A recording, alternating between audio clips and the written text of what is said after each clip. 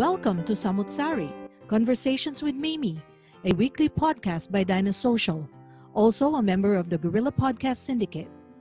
Samu't Sari is where we can show that ordinary people do extraordinary things. Tune in to be entertained and to learn something new with your host, Mimi Lorilla.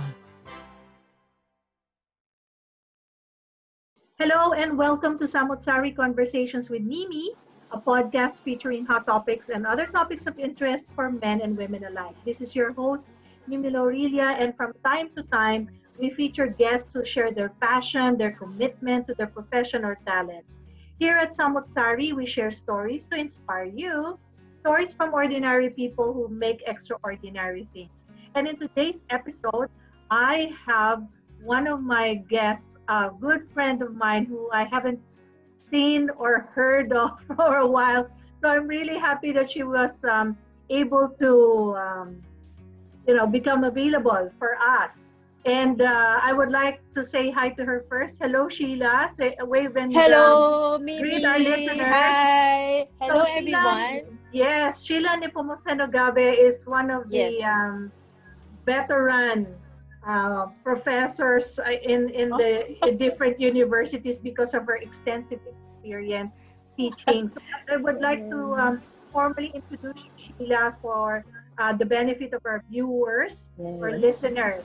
Kasi we are both available in a podcast medium and also in YouTube, where you obviously the video was about. So Sheila teaches English and communication courses at the Catholic University in Manila for 15 years now. That's why I said she's a veteran. She has also mentored English majors who are now successful in their chosen fields. I also want to ask you later, Sheila, some questions around that. Sheila enjoys staying on as their life mentor and friend. Sheila finds fulfillment as a doting advisor to students and as a doting mother to her 3 kids. She enjoys residing in the suburbs even if she works or teaches in the big city. So Sheila, again, welcome. And there's so many things based on your introduction alone that I would like to ask you. So I'll just keep firing the questions as we go along. Okay. So I hope you don't mind. So Sheila, no problem, Mimi. 15 years in the teaching industry, in the teaching profession. What made you decide that this is where you want to be?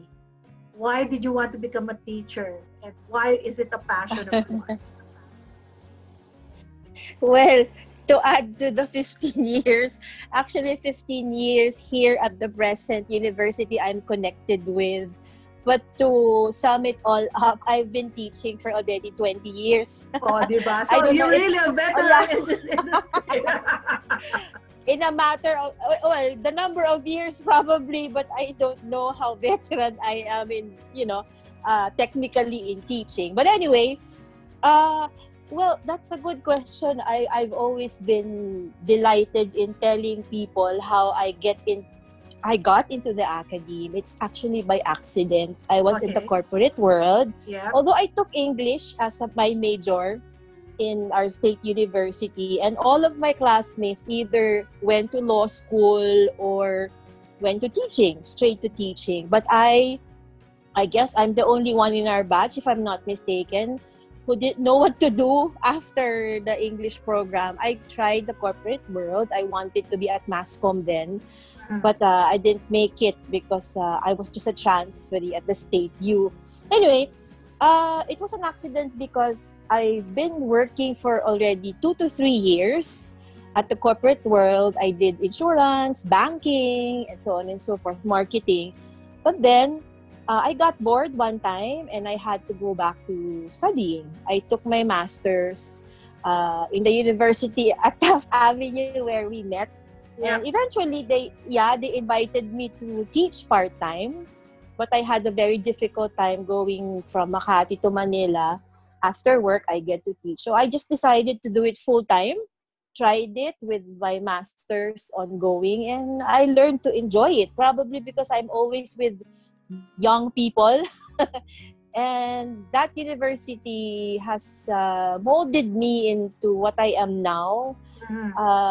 The training was good, no? The experience, the training was good because I didn't have any teaching experience before that university. So it was just, testing the waters without any idea whatsoever. I just enjoyed it.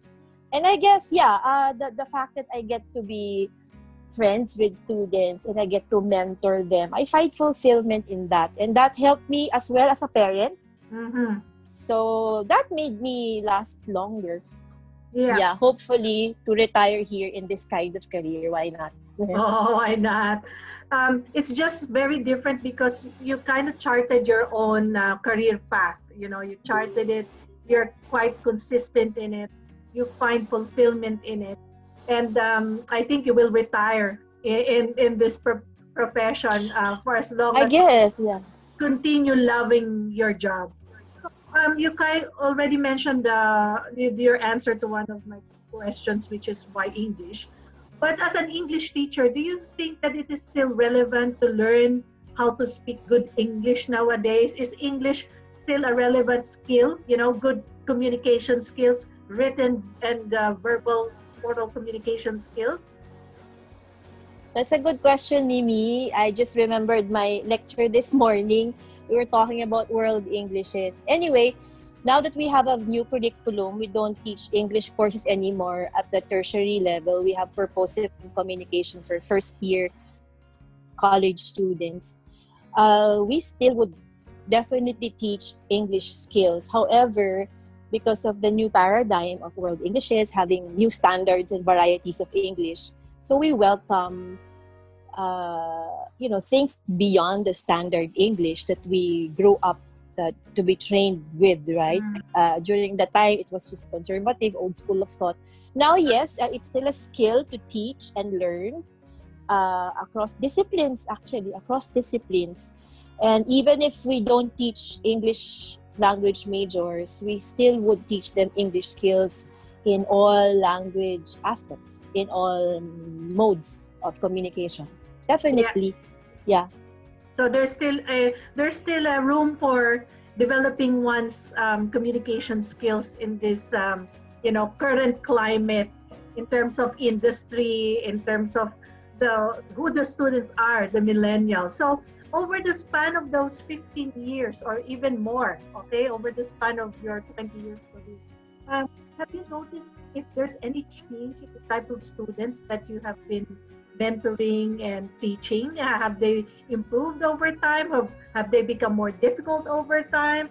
I haven't been in the academy for quite some time now, so I'm quite out of touch, but you will have a better pulse in terms of the kinds of students that you have. So can you give us a little bit of a flavor of your experience in terms of handling different types of students?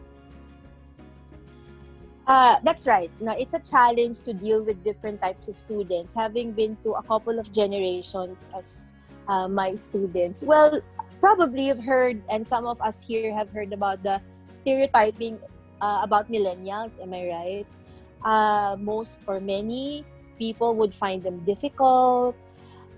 It's a different generation to discipline. I would agree with some aspects of that. However, I don't want to see it in a way that it's always difficult to do it.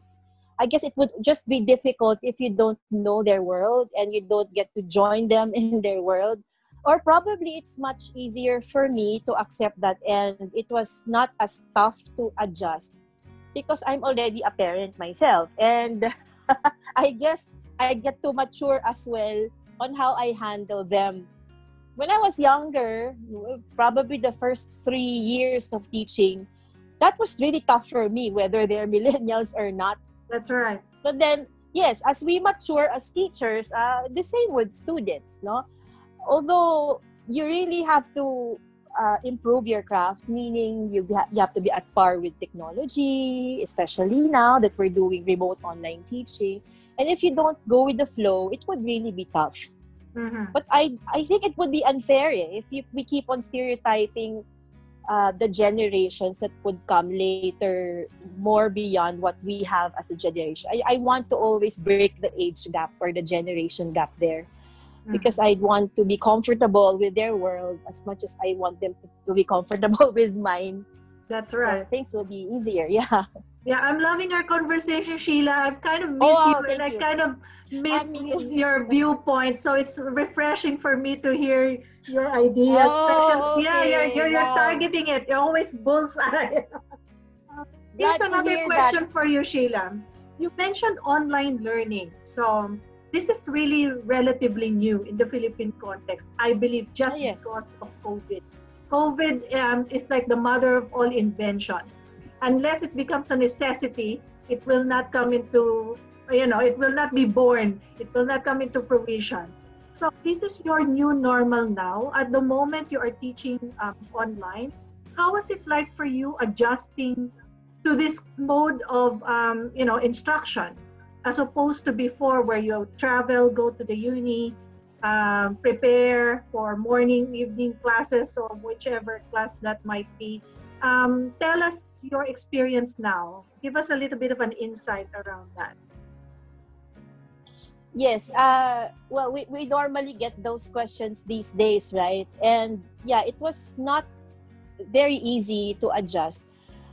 In our case, we didn't have a very big adjustment regarding the online learning system because our university, we started this learning management system for blended learning. If it was not full online before the pandemic, we already Yeah. started this for a couple of years before. So in a Mhm. way, we got to experience using this kind of system. However, it was blended. And what we did before with this online learning is just a supplement of what we do face to face. So still we adjusted. I had to take a course on remote online teaching, just online. Even if I've been hearing a lot from webinars, sometimes you really have to set your mentality on online teaching because it's easy to accept the fact that we have to do things online. But I believe that if your mentality is not fully ready for that, you seem to be just bringing what's on face-to-face classroom to online. It's supposed to be more of, as how I learned it from my 2 to 3 months of a short course for remote online teaching. You really have to reinvent everything. Not Mhm. bring what you had in the physical classroom to the online classroom because it would be very difficult. Yeah. My professor even had a comparison or an analogy of a basket of apples and a basket of oranges. You can't compare the two because they're different. Or if you bring the apple to the orange basket, it would be a different picture. But Mhm. anyway, I've been talking too much. So there, I prepared myself in that way that I had Okay. to reinvent. And it was good that our university trained us for a couple of months for this one. Mm. So you are Hmm. very lucky because you're working in the university setting. I think there are more resources and there are more support Yes. available for university professors like yourself. But maybe the situation is different when it's elementary school. Some of Yes. the you mentioned about the attitude, the mindset of the teacher that you have to totally reinvent yourself and do a lot of different things right now. And some of them are resisting it because maybe some of them are working in remote areas where there's lack of technology. The profile of the students, they're probably not as prepared as the teachers are.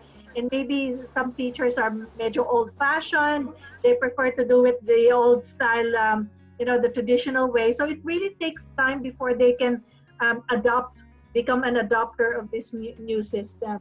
So you said a while ago that it requires class preparation and blended learning.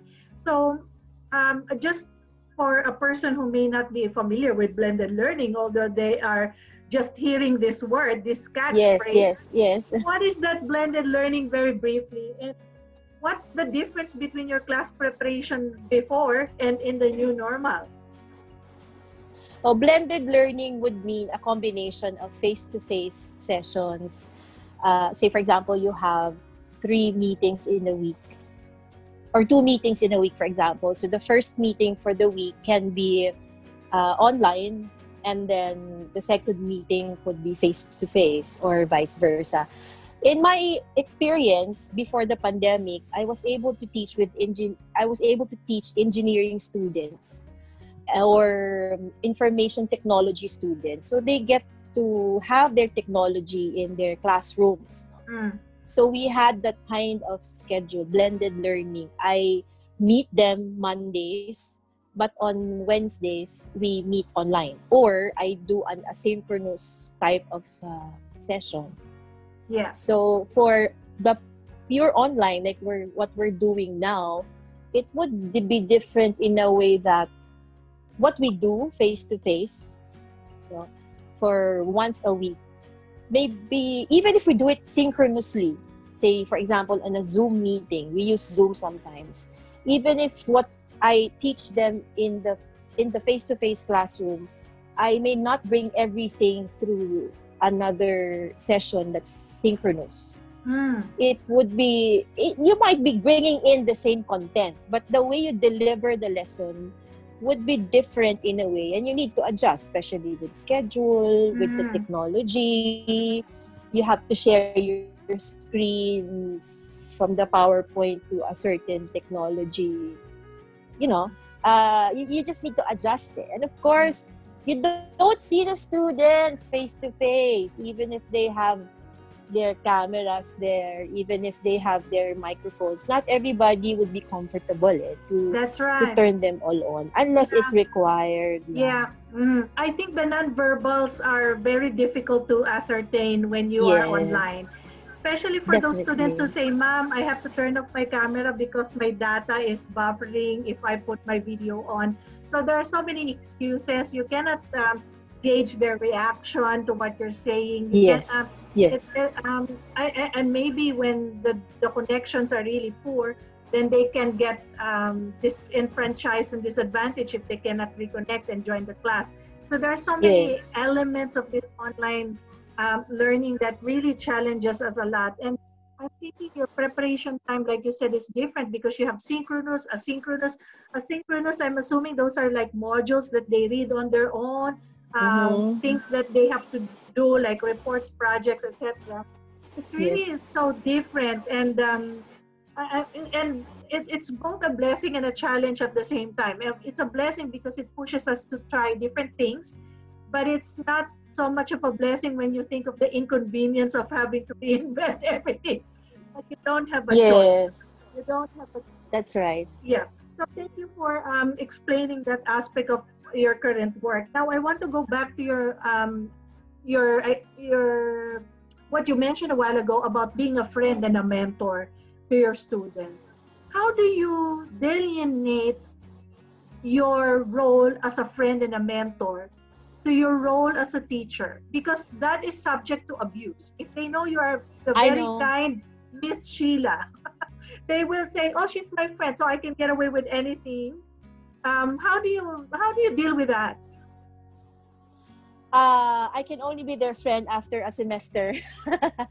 Even if they send me friend requests on Facebook, I won't accept them. Some, even if they've already graduated, I'm not comfortable letting them join in my social media life.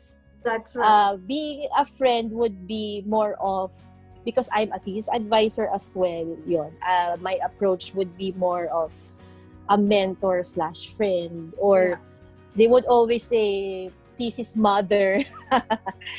So they see it more that way. That's a good question. No? How can I delineate that? Some students would like to befriend teachers, definitely during the semester, but I always make it clear that when inside the classroom, I'd be different.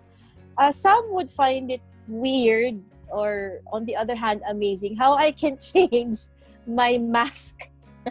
That's right. Come school time or classroom time, I'd be different. And what's funny, the students who would always wait for me outside class or befriend me are the ones who are more scared of me when I'm in the classroom. And the others are just, just normal. But it's weird that those who know me in a way, personally, as compared to the others, although of course we need to set up a parameter or a limitation, they know how the level of friendship or professional relationship goes. So I guess that's where respect can be earned. Yes. Yeah. It's good that you're able to really draw the line as to what is acceptable, as to what is private, as to what you can share with them, this aspect of yourself. So that's good. So, Sheila, what do you think are the current teaching strategies that are at work at this time, in terms of teaching English or generally lang, because you're dealing with a new way of teaching and learning. So if there are other teachers listening to us or watching us, what would you say as some of the tips that you can share with them that worked for you that could probably work for them?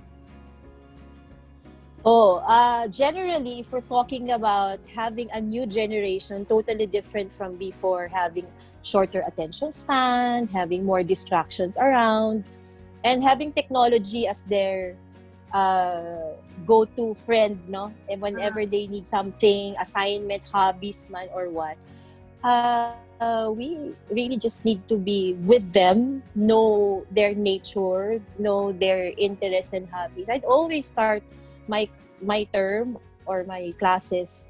The first week would always be about, building rapport, getting to know who they really are, what they're into. For communication subjects, we need to be more student-centered. That's one. Students would be comfortable to know that you are with them. You understand their world. In our case, we teach in different colleges. So we get to meet and be with different majors. So we do English we teach more of ESP or English for specific purposes. And that would mean, as much as possible, even if we do have a course plan for all across disciplines, as much as possible, we cater to the needs, writing needs, speaking, oral comm of certain majors. Like if I get to teach at the Faculty of Pharmacy and at the Faculty of Liberal Arts at the same time in one term, I need to adjust a bit for the other one. You know how students now would want to find relevance to what they're doing. That's right. You can't be just you can't be just by the book all the time. So I'm always on social media just so I know what they know. Because if you don't know them and they just get bored with theories without your trying to apply it in their life and in their world, it's going to be tough to teach them. And keep on reinventing. Yeah, just reinventing. It's tough, really tough. Challenging. But if that's your bread and butter, why not? You also get to be updated. That's yourself. right. So go ahead.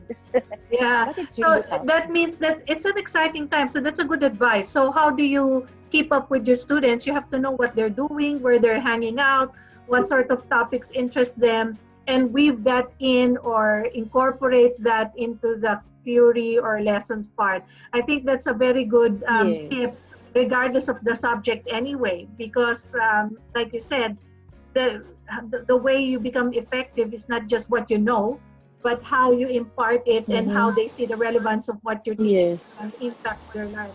So those are very, very good responses, Sheila. Now I want to go back to your being a mom. How do you manage your daily grind, your daily schedule? You have meetings, you have online, you probably have to prepare your lesson plans, and your kids are also doing online learning. I'm just assuming that they also require your help with their schoolwork. So how do you manage all that? How do you become a Wow.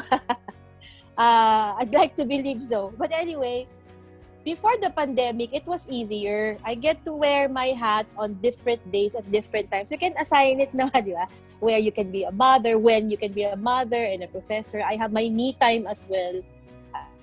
I always would have to squeeze it in or else I'll get insane. But now that it's pandemic and every day we're at home, all of us, nobody goes out. Even my husband, Bani, stays at home. My husband is a very hands-on dad. That's why it's a lot easier for me. Primarily, it's because he's always with me. Because he knows I'm on Zoom now, he does the tasks downstairs. Yesterday, he was in a meeting. It was my turn to watch over the kids and do house chores. So I guess it's a matter of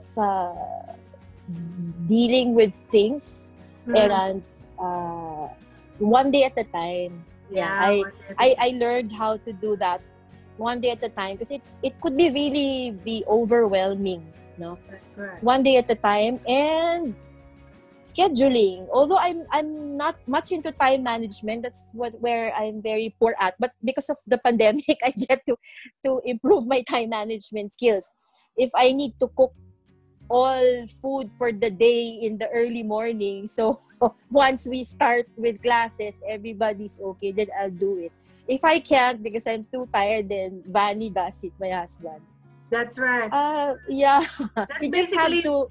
That's basically my routine as well. So I'm the glorified chimay of our family. So before I do my Zoom, before I do my actual work, before I hide myself in the study to do what I need to do, I usually have everything prepared. So anytime anyone in the family needs anything to eat, there's always something ready and available, because each one has a different schedule.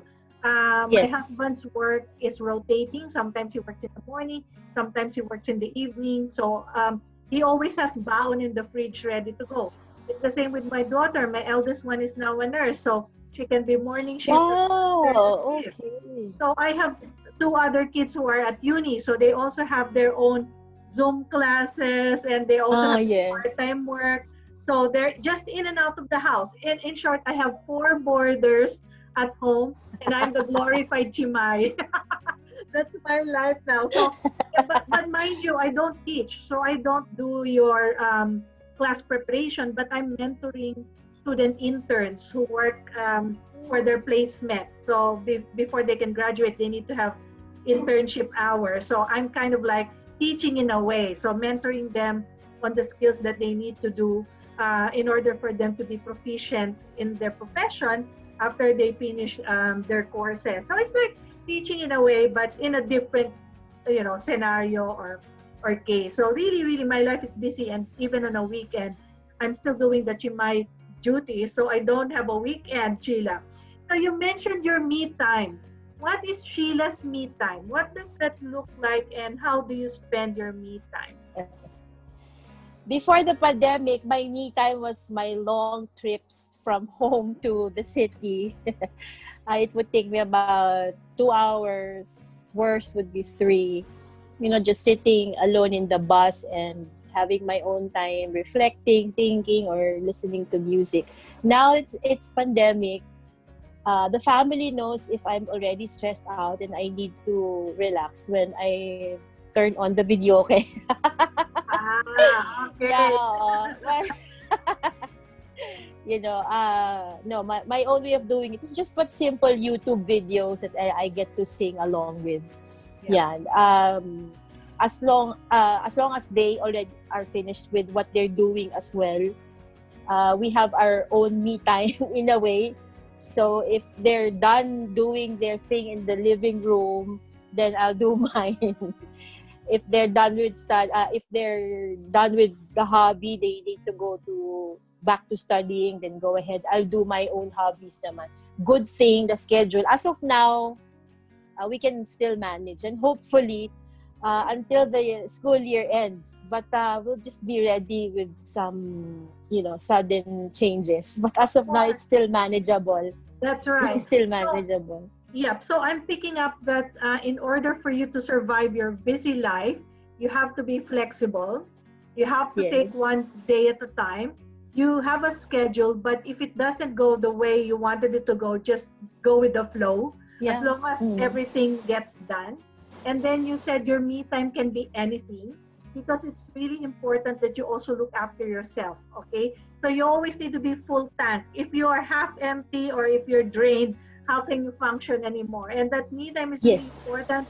It doesn't matter if it's 10 minutes, 20 minutes, 3 hours, 1 hour, as long as there's a time for you to reconnect to your inner self and your stress levels go down and you're not cranky. I understand that because people at home tell me I'm bipolar. One time I'm laughing, and then the next minute, in an instant, I'm on top of my lungs shouting at them. So they say, "Mom, you're crazy." Right. But crazy as they may say, that's where we are at our age right now.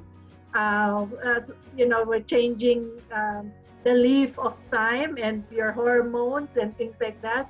So really, we have to just adapt to whatever it is that's confronting us at that very, very moment. So it's good to know Yes. that I'm not alone in that Oh, scenario. yes. Other people are experiencing the same things as me. So it really Yes. brings me comfort, kumbaga.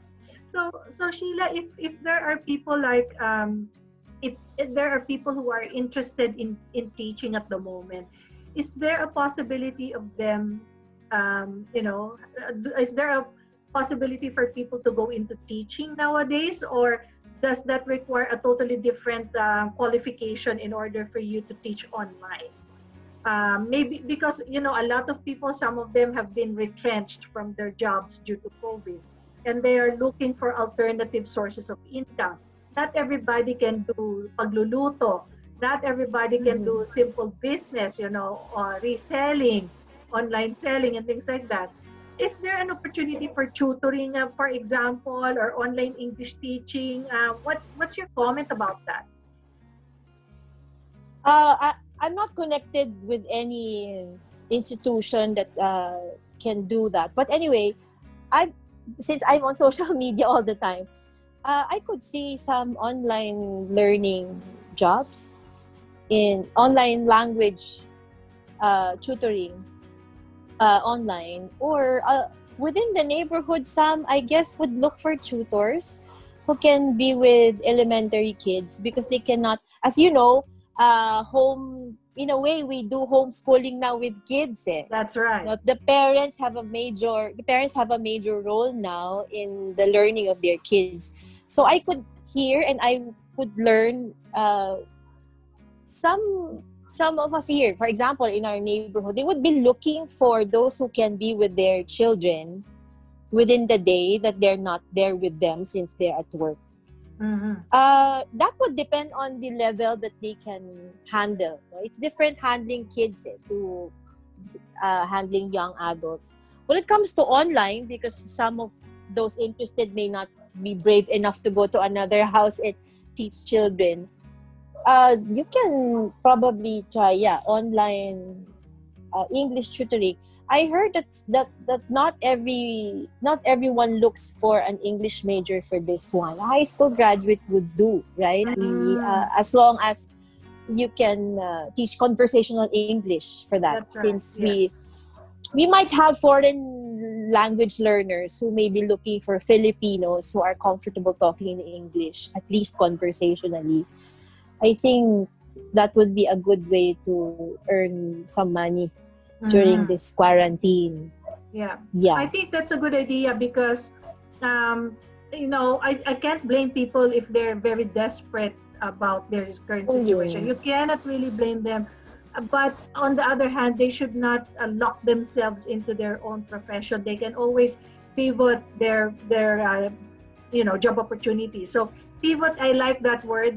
It's a buzzword right now. Like, you totally change your profession because this is only. Well, I'm not saying this is going to be permanent. I'm thinking this is like not even long term. This is just a temporary situation. We don't know how long it's gonna be, but definitely we have to adapt. You don't have a choice. You have to adapt. So if you can't do what the others are doing, I think teaching is really a good alternative. And at the moment, I'm also doing pro bono consultancy work as an educator myself. So I'm not totally out of the scene, but I'm getting a lot of my connections through that kind of work. So it may not always be paid work, but at least, it's something that I think would really open a lot of opportunities for myself. So that's the message that I want to share to others, which is they can also make themselves known out there if they have extra skills that they have, and maybe increase their networks and increase more opportunities that are available to them. So really, though, my advice to add to your advice is people should be open to what else they can offer in the community. So you don't get bored just staying at home, or you don't get too anxious about your financial situation, but there's always something to do around us. There's always whatever little or big thing it is. Yes. So Sheila, I really want to go on and on, have this conversation with you. I'm loving it so far, and I always tell my guests, when you start a conversation, it's difficult to end it, but a program has a beginning and an end. Yes. So as much as I would Yes. like to continue chatting with you, I really want to thank you for your time today. And I want to ask you now for any final words or thoughts or messages to our viewers and listeners.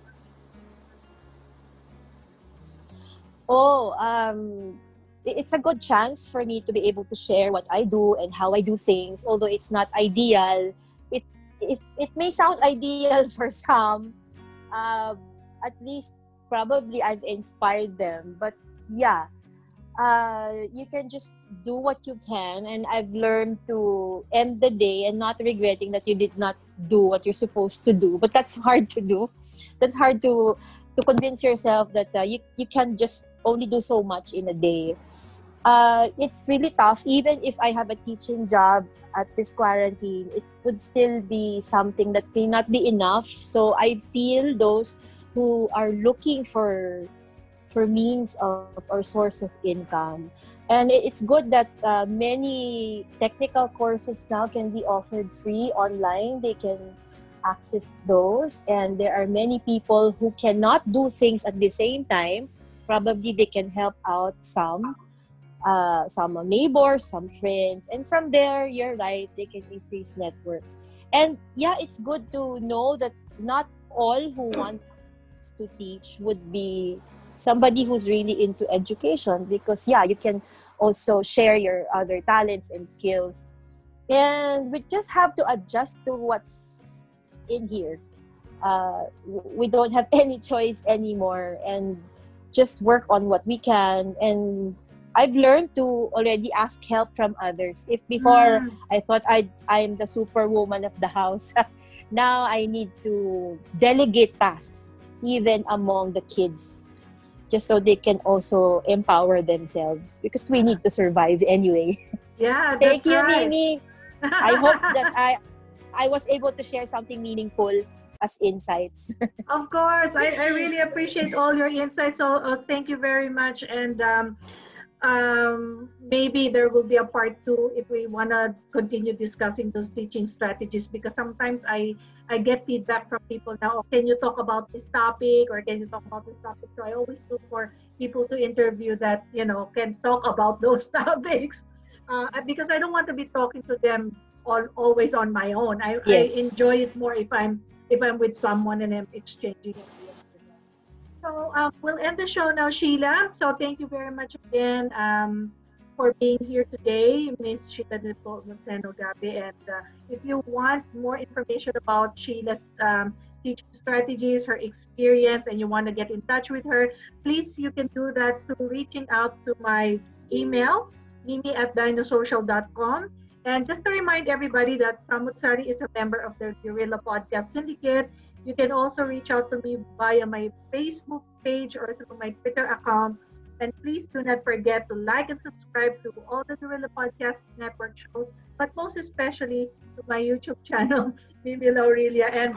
And this show and other Guerrilla Podcast Network shows are available at all podcast streaming services like Google Play, Spotify, Stitcher, Castro, Castbox, and many, many more. So Sheila, let's wave goodbye. Thank you for coming to my show. And, Thank you. Until the next episode, everyone. Bye.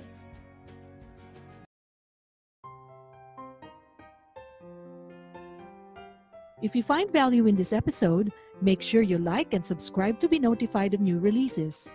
If you have any questions or suggestions, please reach out to Guerrilla Podcast or send us an email at mimi@dinosocial.com. Spread the word and don't forget to tune in next time.